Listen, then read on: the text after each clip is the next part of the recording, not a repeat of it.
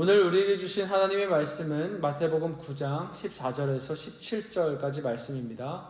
마태복음 9장 14절에서 17절까지 말씀, 큰슬말간색 9월 19일 목요일 본문입니다. 다 찾으셨으면 저와 여러분 한 절씩 교독하시고 마지막 절은 합독하도록 하겠습니다. 그때 요한의 제자들이 예수께 나와 이르되 우리와 바리새인들은 금식하는데 어찌하여 당신의 제자들은 금식하지 아니하나이까? 예수께서 그들에게 이르시되 혼인집 손님들이 신랑과 함께 있을 동안에 슬퍼할 수 있느냐? 그러나 신랑을 빼앗길 날이 이르리니 그때에는 금식할 것이니라. 생배 조각을 낡은 옷에 붙이는 자가 없나니 이는 기운 것이 그 옷을 당기어 헤어짐이 더하게 되며 새 포도주를 낡은 가죽 터져 포도주도 쏟아지고 부대도 버리게 됩니다. 새 포도주는 새 부대에 넣어야 둘이 다 보전되느니라. 아멘. 계속해서 마태복음 9장의 말씀을 묵상하고 있습니다. 우리가 함께 보고 있는 이 마태복음 9장은 세 부류의 유대인들과 또 예수님 간의 충돌에 대해서 말하고 있습니다. 먼저 1절에서 8절은 어떤 서기관들이 등장하죠. 그들은 예수님께서 한 중풍병자에게 너의 죄사함을 받았다라고 말하는 것에 대해서 신성모독이라고 생각합니다. 그런 서기관들에게 예수님은 이것은 신성모독이 아니라 나에게는 정말로 죄를 사하는 권세가 있다라고 말씀하시죠. 그리고 그 다음 9절에서 13절은 바리새인들이 등장합니다. 그들은 예수님께서 죄인들과 또 세리들과 함께 식사하고 교제하는 것에 대하여 지적합니다. 그러나 예수님은 내가 오늘 이곳에 온 것이 바로 죄인들과 함께하기 위함이라고 말씀하십니다. 그리고 오늘 마지막 세 번째 부류는 바로 세례 요한의 제자들입니다. 그들은 이전에 등장했던 서기관 또 바리새인들과 같이 무언가 예수님께 따져 묻고 싶은 것이 있었던 것 같습니다. 그것은 바로 금식에 관한 문제였습니다. 자신들과 바리새인들은 금식하는데 왜 당신의 제자들은 금식하지 않느냐라고 따져 묻고 있는 것이죠. 오늘 본문은 이 질문에 대한 예수님의 대답입니다. 사실 세례 요한의 제자들과 이 바리새인들은 적대적인 관계에 있습니다. 세례 요한 자체가 이 바리새인들을 비롯한 종교 지도자들을 수차례 책망했고 그들의 외식하는 모습을 지적했던 사람입니다. 위선과 교만이 가득한 그들의 만행을 가리키면서 독사의 자식들아 라고 비난을 하기도 했죠. 그런데 놀랍게도 오늘 본문은 그 바리새인들과 세례 요한의 제자들을 같은 부류의 사람들로 묘사하고 있습니다. 그 제자들이 이렇게 이야기하죠. 우리와 바리새인들은 금식하는데 왜 당신의 제자들은 금식하지 않습니까? 적대적인 관계에 있지만 이 금식이라고 하는 종교적인 관행에 있어서는 그들은 서로 일치하는 모습을 보여주고 있습니다.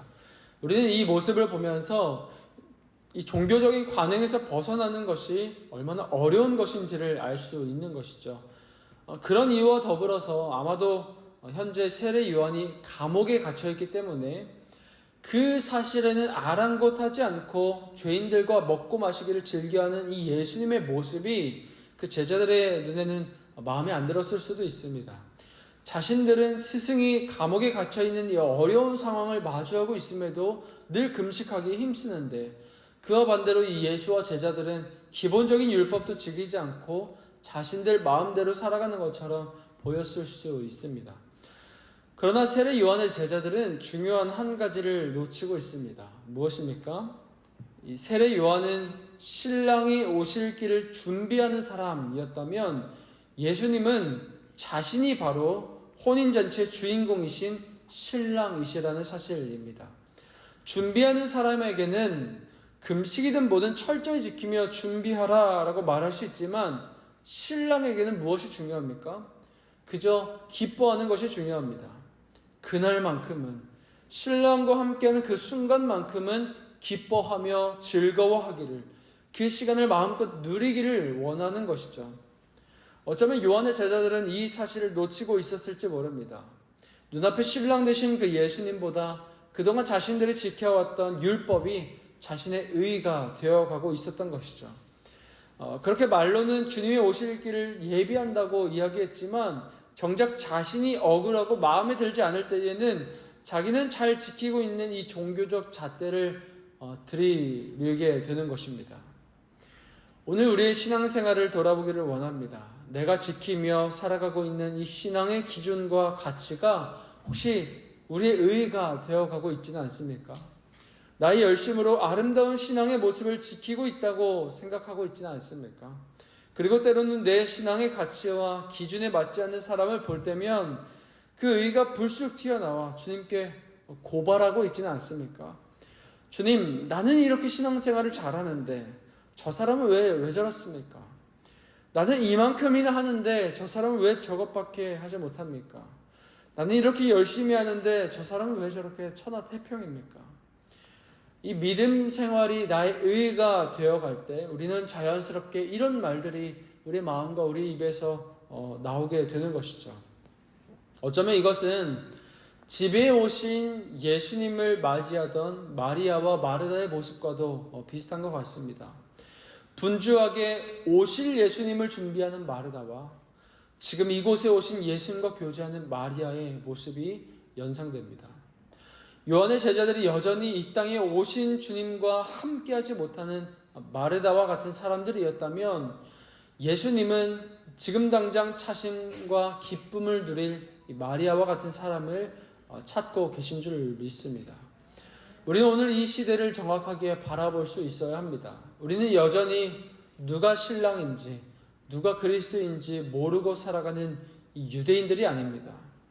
우리는 2000년 전에 이 땅에 오신 예수님을 기억하며 오늘 나에게 내주하시는 성령님과 함께 다시 오실 예수님을 고대하며 살아가는 사람들인 줄 믿습니다. 주님과 함께 오늘 하루하루를 기쁨으로 살아가는 저 여러분 되시기를 간절히 축복합니다. 이것을 말씀해 주시는 것이 바로 예수님의 그 다음 말씀입니다. 요한의 제자들의 질문에 예수님이 이렇게 대답하십니다. 새 포도주를 낡은 가죽 부대에 넣지 아니하냐니 그렇게 하면 부대가 터져 포도주도 쏟아지고 부대도 버리게 됨이라. 새 포도주는 새 부대에 넣어야 둘이 다 보존되느니라. 새 포도주는 새 부대에 넣어야 한다. 이것은 이제 더 이상 유대교의 전통이 새로운 시대를 담아낼 수 없다는 이야기입니다. 예수님과 더불어서 이 새로운 시대가 시작되었습니다. 새로운 질서와 새로운 가치, 새로운 삶이 시작되었습니다. 이제 제자들은 하나님 나라를 살아갈 수 있게 되었습니다. 그저 바라볼 수밖에 없는 저 멀리 있는 하나님 나라가 아니라 이제 이 땅에서 삶으로 실현되는 제자 공동체가 바로 하나님의 나라인 것이죠. 사랑하는 동산의 성도 여러분, 오늘 우리가 함께 모인 이곳이 바로 새로운 질서와 가치가 담긴 하나님의 나라인 줄 믿습니다. 더 이상 유대교의 전통이나 어떤 율법이 우리를 올가매거나 우리를 규정할 수 없습니다. 마태가 오늘 이 세 단락, 9장 1절에서부터 이 세 단락을 통해 서기관들, 바리새인들, 또 요한의 제자들의 이야기를 통해 우리에게 말하고 싶은 것은 바로 이 한 가지입니다. 예수님을 통해서 새로운 세상이 도래했다라고 하는 사실입니다.